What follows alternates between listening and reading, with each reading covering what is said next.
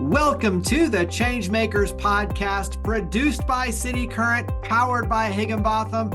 I'm your host, Jeremy Park, and on this episode, we're diving into career trajectory, resume building, getting the most out of your life and career, and enjoying Mondays. And that's why we're excited to be with Tammy Alvarez, CEO and founder of Career Winner Circle and author of Escaping the Career Trap. Transform your apathy into ambition and never hate Mondays again. Tammy, how are you doing?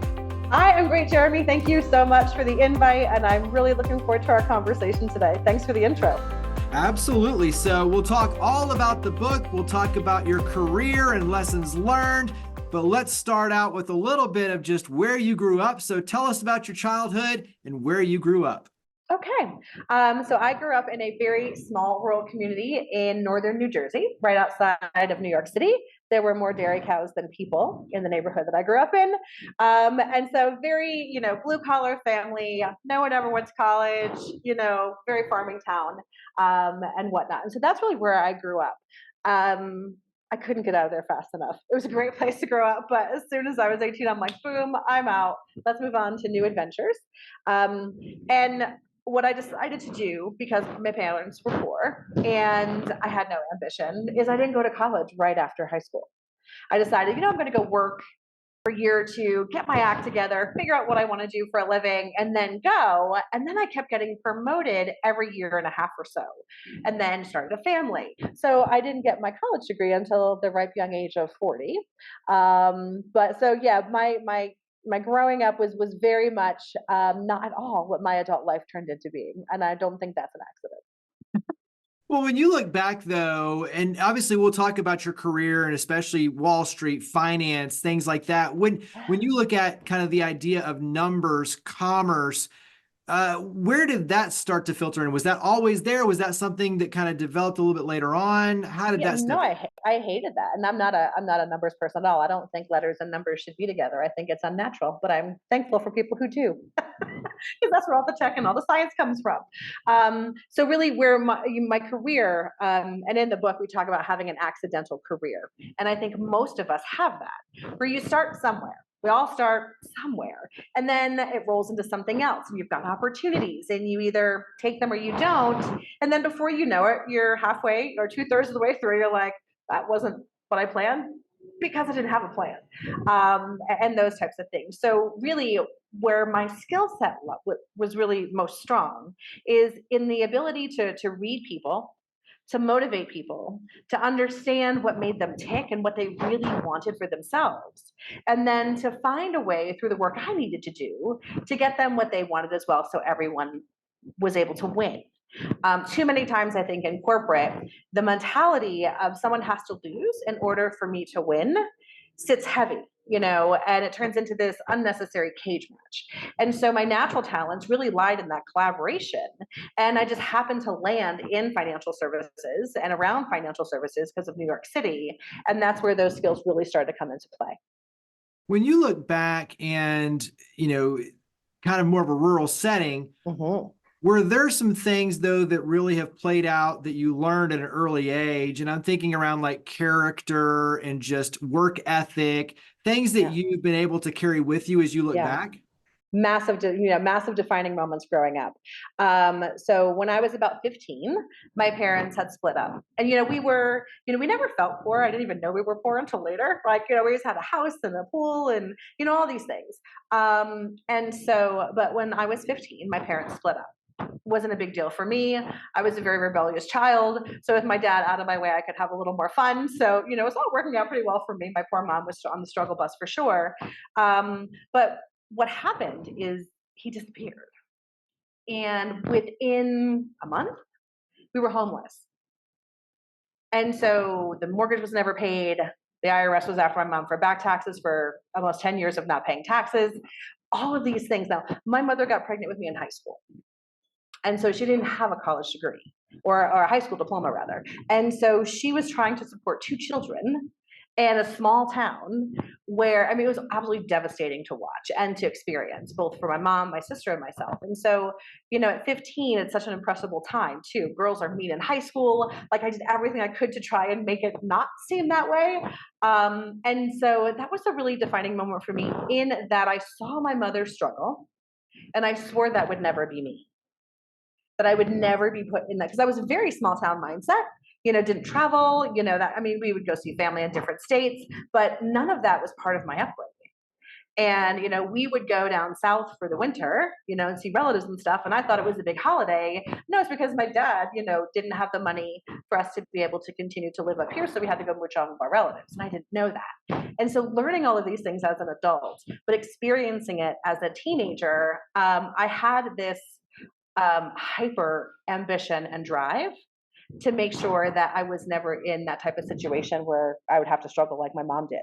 And that's really where I think a lot of my drive and perspective has come from, is, yep, I did not come through my career in traditional ways like everybody else does, but I had this fuel behind me to make sure that I was always, in control and always continuing to grow and progress.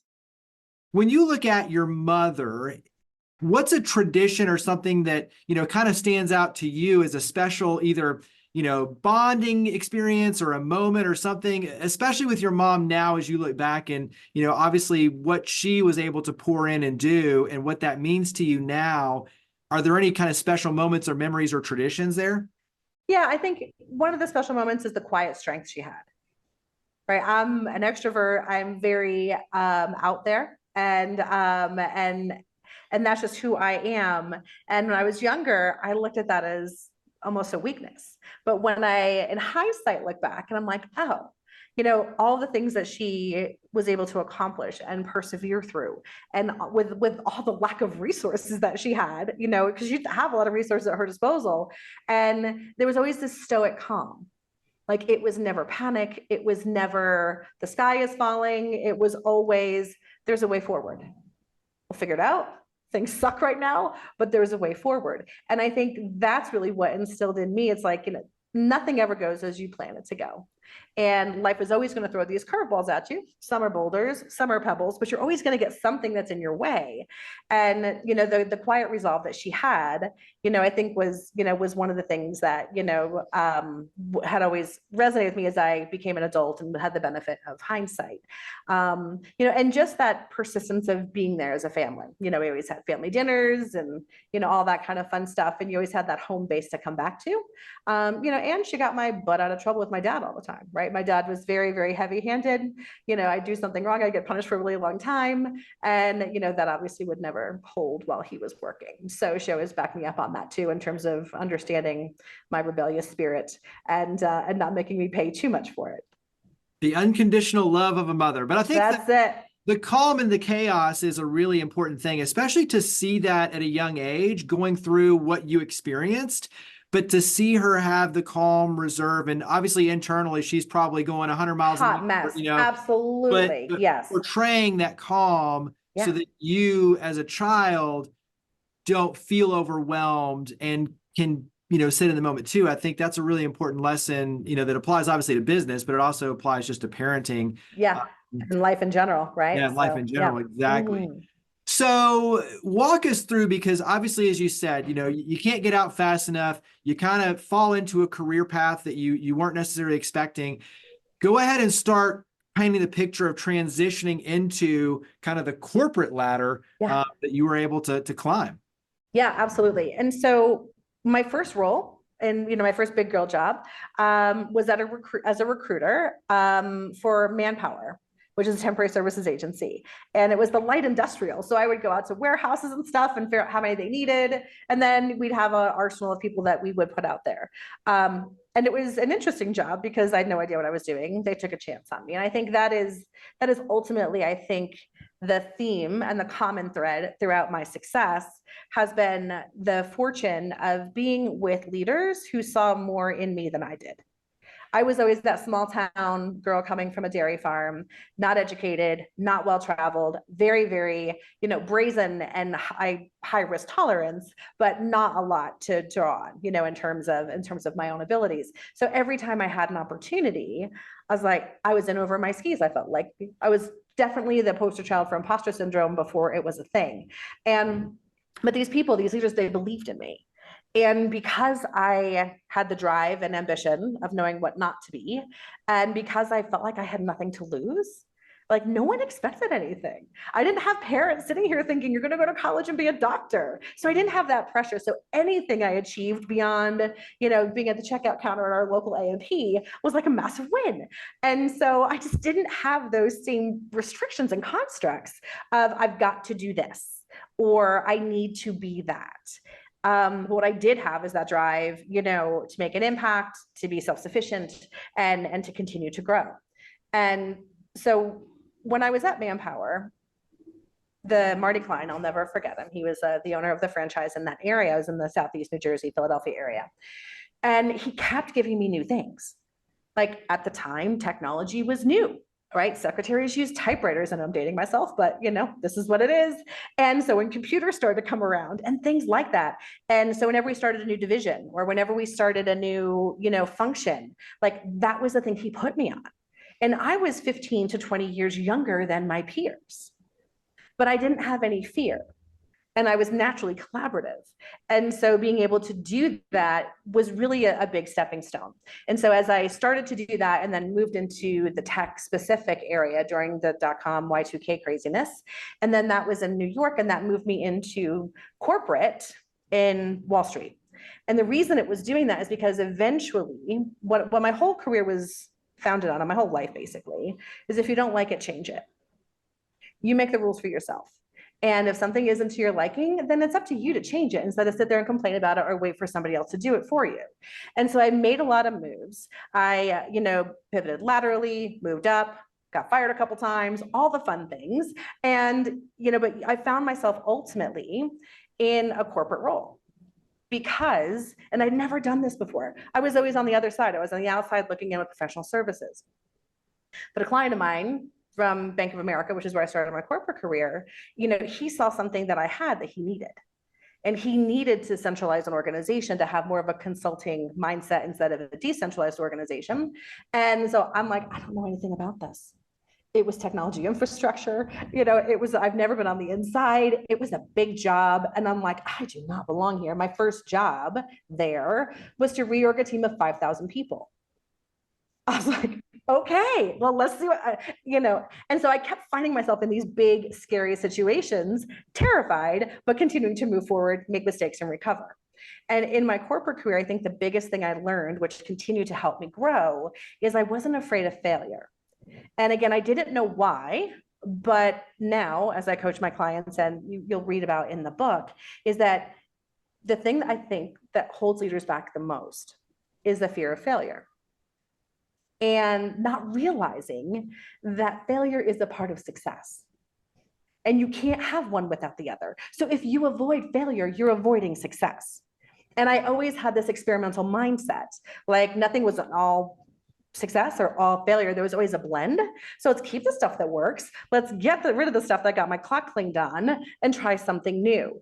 And so that mindset really helped me move ultimately to the point where I was managing 2,000 people across 35 countries and solving some of the biggest problems in the financial services industry. And I absolutely loved it. I ultimately was a C-level executive. And so I think it's the grassroots of I've got nothing to lose and I've got everything, motivating me to having really, really good mentors that saw more in me than I saw in myself. And then having that fearless approach in terms of failure does not define me. That ultimately helped, drive me through my corporate career. Yeah, and I think even going back to your childhood, being humble and hungry, right? Willing to learn, but nothing to lose, and saying, I don't have an ego in this in terms of like all these degrees and things. Like I got to go and I want to earn it and learn it. And I want to pour in because I'm hungry and I'm determined. And I think that mindset really has paved the way. Going back to Marty, I'm curious, Were you raising your hand saying, hey, I want to do more. I want to take on more, pick me, put me in, coach. Like I want to be involved. Or was it him genuinely kind of noticing and saying, hey, I want you to do this, or would you be willing to do this? Because I think that's where some people struggle around taking the initiative and saying, hey, I want to take on more versus no, I don't want to take on more. And someone just is going to keep giving me stuff. But I think, for those who have ambition, saying, hey, I want to be a part of it. I want to collaborate. I want to be a part of the team. That's a really easy way to start standing out and start putting yourself in a new direction to learn more. But where was that on your equation? So how this showed up for me is I didn't know any better. Right. So sometimes ignorance is bliss. And I'd see things that made no sense, or I'd see opportunities that we weren't taking advantage of. And so instead of pick me, it was more of a question of, why are we doing it this way? Wouldn't it make more sense if, or, ooh, my clients, I'm hearing this from my clients, we don't have anything to really offer them in the areas that their needs are coming into. And so by bringing up the business needs and calling BS on the things that made no sense, again, because I didn't know any better, that gave me the visibility in terms of being at the table for the conversation. Right. And of course, I didn't ever volunteer for anything because I didn't think I belonged there in the first place. So I wasn't gonna be like, oh, this is a hot mess, I'll do it. But Mari's like, are you willing to give this a try? I'm like, sure, I'll give it a try. And I never did it alone. No one ever wins alone. And so because I was willing to try new things and kind of be that point at the arrow and take the hits when things didn't go well and share the credit when things did, my peers were amazing partners in that, okay, we've got to do this. It's impacting the entire region that we're working in. What are you hearing from your clients? What do you need? How can I make this a win for you? And deliver on that over and over and over again. And that's really when you start to get that street cred, is when you're making everyone else's situation better, because when you do that, you will automatically continue to rise, versus being more self-serving and saying, oh, this is me and I want this for me, look at me. And I just never had that approach, at least early in my career. Later in my career, when I actually knew what I was doing, then that was a different story in terms of, this is a hot mess, we need to fix it, no one else has the courage to do it, I'll take it and we'll go from there. So, but early days, it was a blend of those two things. Yeah, very helpful. When you look at the Bank of America and that experience, what's a lesson that stands out, something that impacted you? Obviously, there was a lot there, but when you step in and look at, the reorganization and 5,000, like all of that, what's something that stands out to you that made you stronger? A few things, actually. I had never done anything to scale before, to that level. And had no idea, because I'd been on the consulting side for so long that I actually had to eat my own dog food. And, because usually we'll consult, we'll do this, and then we're out, right? And leave our clients to deal with the rest. And so using some of the techniques that we had left behind for our clients and actually running that operationally, I was like, this is a hot mess. We shouldn't be doing this. But I didn't have an appreciation for the nuances of the complexity of large businesses. So like, you just tweak one tiny little thing that you don't even think about in terms of process design or organizational structure, and you have now massively impacted thousands of people downstream in a major way, unintentionally. And so not having, the 360-degree view around what you're doing, the stakeholders, the inputs, the outputs, all that kind of fun stuff, not having a strong command of that, you can screw things up in a big way. And I think that was probably the biggest lesson that I learned, is to slow down to move faster. And the more you slow down to really understand the ecosystem that you're working within, and the personalities that you're working within, because on Wall Street, there's a few of those, to be able to collaborate effectively, those are my two big moments, in terms of being able to grow and thrive, with a lot of battle scars to get there ultimately in the end. So obviously all of this starts to pave the way for Career Winner Circle. Go ahead and talk about the pivot on your end and Career Winner Circle. Absolutely. And so we're here about 15 years before we're supposed to be. And I always thought, like, okay, my soft retirement, I'll coach and sit on boards and just do those kind of things to keep myself relevant. And then, as I mentioned before, in terms of my career, I've always been ambitious, but I've always been like, if you don't like it, change it. And I remember this defining moment, and we talk about it in the book too, in terms of we're sitting in a boardroom, it's the end of the quarter, We got our clocks cleaned again. And the analyst just ripped us to shreds, right, during the earnings call. And that happened every quarter because we usually never made earnings. And so, but from that standpoint, like the jockeying for position, whose fault is it? Like all of the politicking that goes on behind closed doors usually was fun for me. That was a game. It was fodder. And this one time, I remember I had this feeling like I was rising above the table, like in the movies where you have those out of body experiences where you can see everything that's going on, but you're really not there. That's kind of how it felt. And I finally had this giant case of I don't give a shit-itis. Like I just didn't care anymore. I stopped and I couldn't find anything to be excited about anymore. Usually if it wasn't the work, it was the people. If it wasn't that, it was my personal growth. And I had just run out of steam for what I was doing in terms of passion. And so timing was right in terms of my life. My daughter was graduating college. She was off the payroll. Things were kind of winding down with my big fancy apartment in New York in terms of renewing. And so I decided to cash out of Wall Street. I moved to a tropical island off the coast of Belize in Central America and started this coaching business. And that was about 6 years ago. And today we're sitting here with 7 coaches. We're serving companies around the world and individuals. And it was quite an experience because I had no idea how to be an entrepreneur. I could manage big teams. I could do all that, but I made every mistake you could possibly imagine, as I was trying to figure out how to create a viable business and not just, a commercially viable side hustle. Well, part of keeping it exciting is diving in. And just like you said, the fear of failure, just, okay, we're going to push this aside. We're going to dive in and we're going to figure it out. And we're going to make it work one way or the other. And so, yeah, and I did find though that my fear was a little bigger when it was my own money I was spending, right? All of a sudden, that fearlessness definitely, I'm like, oh, that was an expensive mistake. I don't want to do that one again, right? So it is interesting. So the question about why the book and why I wrote the book. The book is a culmination of not just my background and my story, but also stories from about 30 other people, whether they're other coaches and consultants that have come through corporate or my clients, who we made anonymous for obvious reasons. But it's their stories and how they found their way out of the career trap and how they found their way to really not just at a one time having a thriving career, but to continue on that path. And the reason I did it now is really twofold. One, we've expanded the business, right? So we've got 7 coaches on the team. We're continuing to grow. And, I had the freedom and the time to finally get it out, because I do a little bit less coaching now and a lot more helping them with their business and growing the business. But also, from a timing perspective, like there's so much negativity out there right now, and there's so much fear mongering, and coming off of COVID, and then everybody can work from home forever, and now no one can work from home ever again, and all of the chaos and the quiet quitting and the quiet firing and all the craziness. Like now more than ever, I think we need to reach more people. There's only so many people that can find us, and work with us privately. And this was a great opportunity to get those messages out, to get the stories out, to get the tactics out to a broader range of people. Because it is very much a coaching book in terms of it's not just high level esoteric crap. It is do this, then that.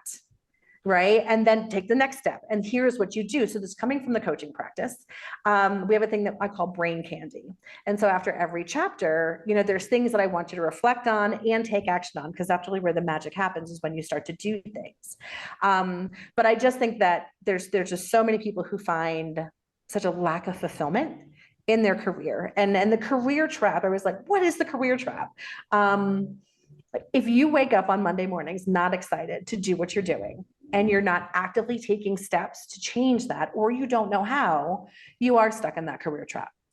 And so, so many people get that pit in their stomach on Sunday nights. It's like, oh, I can't believe I have to do this again. And so if you're not waking up fired up about doing what you're doing, you should be. And it's not a myth, and people are doing it every day. And so that's really why I wrote the book, is really to support, and get the word out about how to do this successfully without having to have these massive skills in terms of influence or anything else that goes along with it, to really write a new chapter for yourself and for your career. You have the book with you. So for those who are able to watch it on screen, go ahead and hold it up. So Glamour shot. There you go. And you see the big golden handcuffs there, right? So, yeah. I was just about to say, the golden handcuffs, you hear that as a term, but that's a very real thing in the sense that you get trapped because you start making money, a decent amount of money to fulfill a certain lifestyle. And then you realize, well, to pay all the bills, to pay the mortgage, to have the cars, to take the trips, to do the things that we enjoy, I have to maintain this level of salary and compensation and dividends and all these things that play into it, stock options and all that. And so before you know it, you're 10 years in, 20 years in, 30 years in, you've built up this, but you may not be happy and you hate waking up on Mondays. And that's a very real thing I think that many are facing on, okay, I'm living this sort of lifestyle, but for me to transition to happiness, that's going to take a lot of sacrifice. And I don't know that I'm willing to make that sacrifice. I'll let you kind of start, taking it wherever you want to go. But when you have these kind of questions, out of the book, how do you start to kind of guide someone in the right direction? Yeah. And so that is one of the things we cover in the book, because I hear this all the time, Jeremy. We immediately move into this scarcity mindset when we think about making a change. And, yes, you get to a certain point, like most of the clients that we service, a bunch of clients, from leadership development to career strategy in really all spectrums of where their career is. But where I spend most of my time coaching are mid to senior level leaders, right? Who are making tons of money, have houses, spouses, ex-spouses, kids in college, and they can't sell everything and live in a yurt. And so the one thing that holds most people back is they assume that if I take a step, if I do something that makes me happy, I have to give up something. And that drives me nuts, because that is the biggest lie that we tell ourselves. Because when you understand what lights you up, when you understand out of your career, what are the things that you could do for 12 hours a day and never get tired? And when you start to lean in on those strengths and you start to make that transition from getting paid for what you do to getting paid for what you know, now you're making a different role that you're energized by, where you make a big impact and you're making more money. Give us one other kind of teaser from the book in terms of, one of your favorite bits of advice, recommendations, brain candy. What's another teaser from the book? So the other thing you're going to learn when you read the book and you do what's in the book, right? Reading is great. Taking action on what you learn is really what this is about. But we talk about how you become the CEO of your career, because we have such a personal connection to what we do for a living, especially Americans, right? So we associate who we are with what we do, how much we make, who we work for, and what our title is. And especially on Wall Street, we always, shake people down that way in terms of trying to understand what they're about versus what do you love to do is, when you're not working. We never talk about that. And so we have such a high sense of connection to that. Now, when you look at a company, when you think about how they purchase anything, whether it's a paperclip or an executive, right? The same decision-making process follows. What is the best value for money I can get? Right? It's not always the cheapest. It's not always the most expensive, but where is that value for money? That's not personal. It's how they stay in business. But we don't take the same approach with our careers, because we feel, it almost feels like, and I talk about this in the book, that you're in a one-way relationship where you're that clingy girlfriend, right? That, that the guy's not so interested in. And so when you start to treat your career like a business, and when you promote yourself to become that CEO of your career, everything changes and you start to show up differently. And when you think about, what does a CEO do? They create a vision, they build a strategy, they create the path forward to get there. They make decisions and adjust on the fly as conditions change. They've got great products and services, and they have a hell of a sales team. And if you start to look at your career like that, which no one does, and start to manage it that way, then you start to make better decisions for yourself. And I think one of the biggest examples we talk about in the book is the luxury or the benefit of being able to be recognized for your work. So you get to do all this extra work. You get to manage all these extra people for no more money and no title change. But, they're recognizing you, so you should be thankful. No, you shouldn't, right? Because if you are a company, you'd be like, I'd be happy to do that extra work. But that is scope creep. And so let's talk about how we're going to renegotiate the contract. And you can do this with your employers in a way that's productive, not contentious rather, and not confrontational. But you don't do it because you've got this emotional connection to your role. And that makes you feel like it's one-sided. And then you start to, and I don't think victim's the right word, but you just start to feel like you're not dealing from a position of strength when you really are. And I think that's one of the biggest things that we talk about in terms of one of the areas of the book is how to become that CEO of your career, so you can start, playing bigger for yourself and for those that you love. Yeah, and it's interesting because I have a lot of people that, we've worked with throughout the years and more of like a mentorship. And, a lot of them want to get into community service, philanthropy, community engagement, CSR. And they're always like, how do I get into that? Creating volunteer experiences and all of those. And it's like, you can create those positions because a lot of companies don't necessarily have those written down as formal job descriptions and opportunities that they're out there seeking. But if you, like you said, know your value, know your strengths, know what you bring to the table, and also can package that in the sense of, hey, I can get media exposure over here and how this, volunteerism leads to more engaged employees, happier, more productive employees. And look how we can combine these. And I'm willing to lead these efforts. And if you combine, these different 3 roles, which I'm good at these 3 things, together, individually, they would be this price point, but together I can knock down the price point to 100,000 versus 150, and we've got ourselves a great deal. And, but it comes back to knowing your value, knowing your strengths and what you can bring to the table. And then how, like you said, it will benefit the company, because at the end of the day, everyone really is running a business individually and corporately. And so I think that's a really interesting thing, is the creativity, the entrepreneurialism around it, but also too, the strength of doing an audit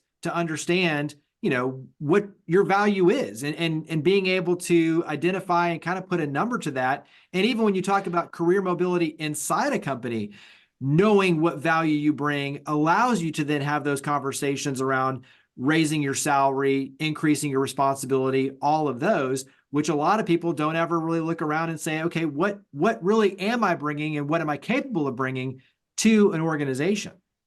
Yeah, I mean, you do not, first of all, you should be able to quantify monetarily the value that you deliver, for sure. And that's also in the book, right? So in terms of how to do that, if you're in sales, it's easy. Like, how much revenue did you bring in? But the further you get away from the customer, the harder that becomes. But it is still possible. And we talk about the methods that you are able to do that, because once you know that, then you start to get that confidence to say, hang on a second, I know that I'm delivering big for the organization, and I want to continue to do that. I think the other thing that a lot of people miss is the opportunity to either grow in place or to grow laterally, and thinking that it always has to be a promotion to count. And it doesn't. So what I recommend for my clients, and what I've always done, is instead of saying that I want to be this, or I want this as my next step, to really look at what are those 3 areas that you want to grow in next. And what are those things you've not had an opportunity to do, to really be like, okay, this is going to help round me out, to get ready for something bigger, but it's also going to be more fun because you're learning something and contributing. But as long as you know at a high level what those 3 things are that you really want to learn and grow in, then leave yourself open to any opportunity, because those growth options can show up in the strangest of ways. I mean, having that mindset, I worked in 11 different business functions, from sales to audit and everything in between. And so to be able to shift and move through all of those things seamlessly was because I was willing to say, oh, audit sounds terrible, but I'm willing to try, because there's some things here that I want to learn, and this is an opportunity for me to do that. So I think changing that mindset in terms of it has to be a promotion to count, versus where can I grow and what's the most important areas for me to grow in, I think are really important things for our listeners to think about as they're trying to figure out what their next move might be. Writing a book can be extremely self-reflective and soul-searching. And, when you look at that process of writing a book, were there any aha moments for you, or ways that, once you finished, you're like, I'm going to change the way I kind of go about things? Or in other words, did writing the book change any perspectives or bring to light anything on your end for you as an entrepreneur? There's a few things that I learned, actually. This has been on my list of things to do for a couple of years. And it just seemed like last year it wasn't even on the list of things to do, but the timing was right in that, we had just brought on these coaches, so they were taking on a lot of the work. We had just made a move from Belize to Mexico City because I wanted to get back to urban life again. So I had no friends. And so we're in that beginning stage, and I'm like, oh, this is a great time for me to do this. And as we were just kind of getting adjusted into our new home. And what I realize is a couple different things. One is that this is hard. Writing a book is hard. I'm not a writer. I don't play one on TV. I have a coach. I'm an executive. I have all these things. And so the editing team has been fantastic. That was like delivering a 10-pound baby every day. So writing it for me was so easy and it flowed so quickly because it's all the things, all the lessons. And it was a lot more fun because I included a lot of other people and their stories in it. So the people that I knew, or I thought I knew, and then you hear their journeys, you're like, oh my God, that's so cool. And so that part was really fun, and just being able to share in other people's career journeys with them. But I think the most important thing it taught me was that, going through a process like this, I had a coach. Because I didn't know what I was doing. And so my coach took all the overwhelm out of everything. And because he obviously is a 2-time best-selling author, all these things. And so with that, he had the playbook. So it's like, if I had to do this on my own, we still would be messing around with this thing, right? It would not be ready to go out. And so I've learned early in my career to just help kind of reinforce, especially in my entrepreneurial life, that the things that are new to me, the things that are not in my wheelhouse that I need to do to grow the business, get help fast and get good help. And that really is the lesson that I learned through the whole process in terms of the editing and the interior design. And, now I'm going into recording studios for the audiobook. I've got that this afternoon, so that'll be ready. And like all the things that I've never done before, I'm like, okay, this will be fun. Let's see where we are. But it also helped me learn. I've always had that experimental mindset in my corporate career, but then at a certain point in time, you kind of stop learning. Like there's no big aha moments anymore. So my entire entrepreneurial journey has been a new set of punches in the face. Like, oh, I didn't know that that's how that works, which took a little bit of reacclimating to. But now that I'm used to it, I love throwing myself into things that I have no idea what I'm doing. Let's just see what this button does and push it, and then adjust from there once it's done. But we finally, because I wanted this to be obviously a high quality book that is full of just good actionable information that people can use not just one time, but all the time. And we achieved that. I'm very proud about what we achieved with that as a team. Good stuff. Well, and it goes back, like you said, being a coach, you understand the power of having a coach. Yes, I And do. so when you talk about doing something to the best of your ability, making sure that you have someone who's an expert who can guide you, that is a very, very important piece of the equation for success. That's so right. This is a conversation we can have, obviously go on forever, but let's go ahead and switch over. We'll do a fun lightning round, and then we'll kind of wrap up. But short questions, short answers. What do you like to do to relax? I love to eat and dine and cook. Food is love. So when I'm stressed, you will find me in the kitchen. What is a go-to favorite meal to make? All of them. Something I've never made before. That's usually where the fun for me comes in, is, finding a new thing or a new style that I've never done before and giving that a try, and hunting all over the city to find the right spices and all that kind of fun stuff. So I like new things. And so, yeah, if I haven't made it before, then that's what I'd love to do. When someone comes to visit from out of town, where do you like to take them? We'll usually take them to the places that are more authentic, off the beaten track. We specifically moved into a neighborhood that's a beautiful neighborhood, but not English speaking. So we can really assimilate, get my Spanish to be a lot better, all that kind of fun stuff. So we'll take them to, because Mexico City is such a foodie city. And, whether it's a taco stand or whether it's a 5-star restaurant and everything in between, but as long as it's authentic and, off the beaten track, that's usually depending on what their dietary preferences are. We'll take them everything from vegan to just, massive meat fest and everything in between. Outside of Mexico City, where do you like to travel and visit for vacation? It's the same thing. Any place I've never been. So me and my partner, Steve, are both well-traveled. And with this business, that was part of the deal for me, is I want to be able to travel and serve my clients and grow the business. So I just got back from Vienna. We were over in the UK. So for the holiday, next month, we're heading off to the Amazon and Galapagos. To do some exploring there. And so for the two of us, because we're so well traveled, to find places on the map that neither one of us have been, so we can explore the world together, is what we do probably 4 or 5 times a year on big trips. Outside of your passport, what's something that you have to have when you travel to that extent, like a well-traveled person? What do you like to bring as your kind of go-to things? My laptop. This is a big thing because I closed the company for 2 weeks over the holidays, and the team was like, "What do you mean you're closing?" I'm like, "No, we're closing. Like none of us are going to work." But just defied logic for a bit, but they got used to it. And this was the first time I think in my adult life I left and did not bring a laptop. So there's a bit of separation anxiety at first, but then I got used to it. But yeah, so that is my second go-to is definitely my laptop. Are you a wake up early, stay up late? Where are you most productive? Well, now that I've crossed the 50 mark, mornings are the better time. I used to be a night owl. And I used to tell my teams, if you want me to be at a meeting, I'll be there anytime. If you want me to contribute, don't make it before 10.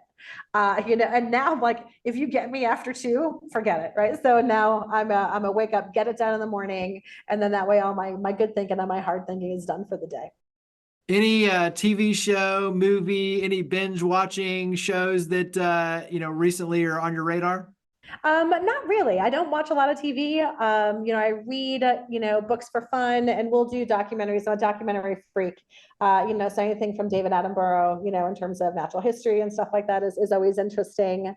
I like to watch things, I think, in terms of my movie genre, dark and twisted. So, unconventional endings and weird subplots that stick with you. So those are the types of things that I like to watch in my spare time.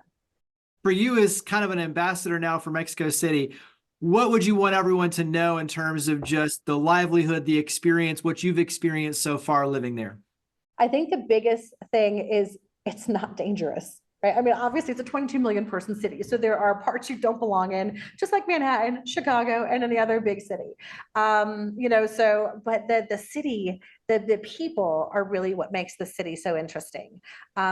We had decided to go country shopping when we knew we were going to leave Belize. We wanted something more urban. So we looked at Medellin, Colombia, and Panama City, a couple other places in Mexico. And I thought the city would be too big. I didn't want to go back to the rat race of Manhattan. And like, in Mexico City, the reason that as soon as my feet hit the pavement, I'm like, this is home, is because it has everything a big city has in terms of arts and culture and museums and food and all the things. But it's got a very Latin American low-key vibe. Like people actually look at you and smile and say, good morning, even if they don't know you. And there's not that angry tension that you get sometimes in big cities with people who are in such a big rush. Now, granted, we're in the nicer areas of the city, so perspective is important. But I think for people who are, afraid of all the fear mongering that goes on, it's misplaced. What is a favorite quote, or what is a quote or a saying that inspires you? And you don't have to get it verbatim, but what's a quote or a saying that inspires you? Well, there's one that came out of the book from one of the contributors. And he's anonymous in the book, so I'll leave it at that for now. He's one of my clients. But he said something that I think really impacted me.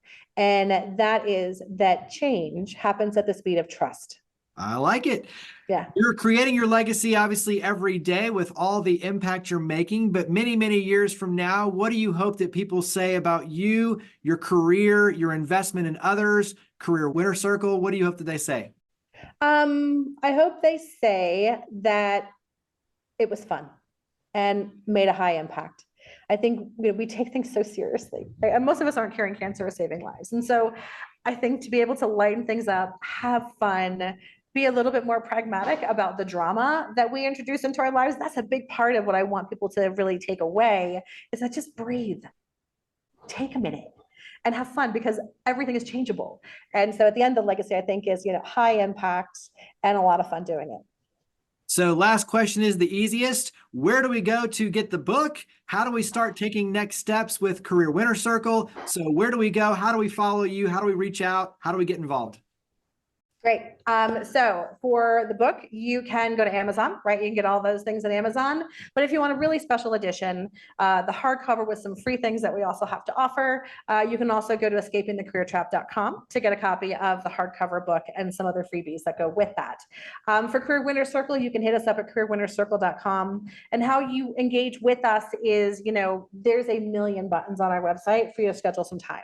And you're going to meet with one of our coaches. You're going to have a free strategy session to talk about what's going on in your space and really where you want to take things in terms of your career, leadership skills, business. We do, a lot of entrepreneurial coaching as well. So your best place to start is there with that first conversation to see if it makes sense for us to help. And then we take things from there. And then make sure that you reach out on LinkedIn to find me, make sure you connect, because I always like to hear from people who hear the podcast. I probably get, 3 or 4 outreaches a week. Oh, I heard you on this podcast. I really liked what you had to say or whatever. And so share your story. And I'd love to connect there as well. Well, Tammy, you definitely are a change maker. And the book, once again, for everyone, Escaping the Career Trap, Transform Your Apathy into Ambition and Never Hate Mondays Again. So, Tammy, thank you for being a change maker. Thank you for all you do. Thank you for coming on the podcast. Thanks, Jeremy. It was so much fun. Appreciate the invite. Higginbotham Insurance and Financial Services is proud to power the ChangeMakers podcast. We're a people-first company that protects what matters most, the families, businesses, and trailblazers that keep our community going. As one of the nation's top independent insurance firms, Higginbotham is a single-source solution for business insurance, employee benefits, HR services, and personal insurance that's customized for you. We're here to serve you, the people you care about, and your community. Call 866-377-1959 or visit higginbotham.com.